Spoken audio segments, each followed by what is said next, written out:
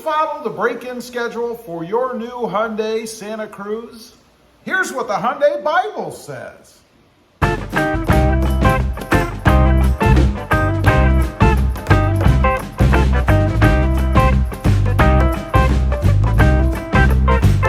Well, good afternoon, everybody, and welcome back to Rob Motive MT. And that's right, in case you didn't know, there is a break-in period for the Hyundai Santa Cruz. You know, I gotta say, I'm aware that typically new vehicles have break-in periods, but I don't usually follow them too closely because I just don't feel like it, to be honest. But I decided to take a look this time and see, because I really like this truck and I want it to do well. Now, I used to read the manuals of all my new vehicles, and I've had plenty, cover to cover, except for that child restraint part. That just went on and on and on. But I quit doing that a while back because I found they're very repetitive and just full of crazy warnings for crazy things. You know, like not dumping hot coffee on yourself when you're at the McDonald's, or maybe giving your vehicle to somebody else and you being responsible if something bad happens. Whole thing about that, about the Jeep. It's over on my Rob Motive JT channel. But let's check out the Hyundai Bible. We're gonna see what it says. So, it's titled, and it's on page 1, funny enough, right where it should be, right? You can't find it in the index, by the way, so page 1. It says here, vehicle break-in process. By following a few simple precautions for the first 600 miles, or 1,000 kilometers for you Canadians up there, 600 miles, that's the break-in time period. You may add to the performance, economy, and life of your vehicle. That's pretty important. Number 1, do not race the engine. So no drag racing, you know, beating those Honda Ridgelines or Toyota Tacomas out there until after you have 600 miles. Next up, while driving, keep your engine speed, RPM or revolutions per minute, between 2,000 and 4,000. So don't run it hard, be gentle with it. Next up, do not maintain a single speed for long periods of time, either fast or slow.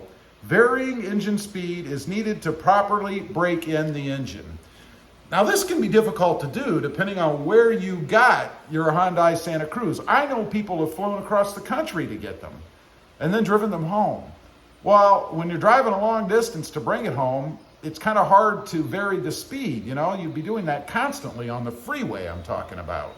Now, I had to do that myself. I drove home about 15, 20 minutes, so I didn't have a long drive or anything. But I did try to vary the speed because I'm aware of that with previous vehicles that I've had. Let's see, next up, avoid hard stops except in emergencies to allow the brakes to seat properly. Now, this is a given no matter what. Every time you get new brakes, new brake pads, anything like that, you don't want to jam on the brakes right away. They kind of have to seat. They have to season into the vehicle. Next up, fuel economy and engine performance may vary depending on vehicle break-in process and be stabilized after 4,000 miles. That's 6,000 miles again to you folks up north, 6,000 kilometers, I should say. New engine may consume more oil during the break-in period. So, what's the story there? Well, first of all, don't expect to get great gas mileage right away. It takes a little bit of time. 4,000 miles, that's a bit of driving. And 2, make sure you check the oil once in a while, because the last thing you want to do is burn up your brand new Santa Cruz because you didn't follow the break-in procedure.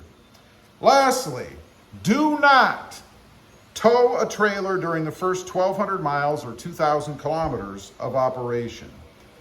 So don't tow with it. You have to let everything seat and get broken in before you put a big strain on the engine. And it's funny because I've seen a lot of people out there, and I know they probably don't have 4,000 miles on their new Hyundai Santa Cruz yet, but I've seen people towing stuff, hauling stuff, including overloading the Santa Cruz. You know, the bed only holds 650 pounds, something like that. I have a video about that. It's a little bit deceiving when they talk about the hauling capacity or the payload capacity. But don't put a bunch of strain on it. That's basically the moral of the story. Treat it gently, and it will treat you right down the road. Anyway, I just wanted to get on here, talk about that a little bit. I thought today to actually check the Hyundai Bible myself to see what the break-in period is. 600 miles, I've seen as low as 200. It all varies depending on the manufacturer. Leave a comment, let me know. Were you aware that you have a break-in period for the Santa Cruz, and did you follow it, or are you following it? I'd be curious to know. Also, real quick, I do have 2 additional channels. Rob Motive, all about the Toyota Tacoma, and Rob Motive JT, all about Jeep Gladiators. Check them out, and if you're interested, please consider subscribing. Thanks for watching. Stay broken in out there. Bye.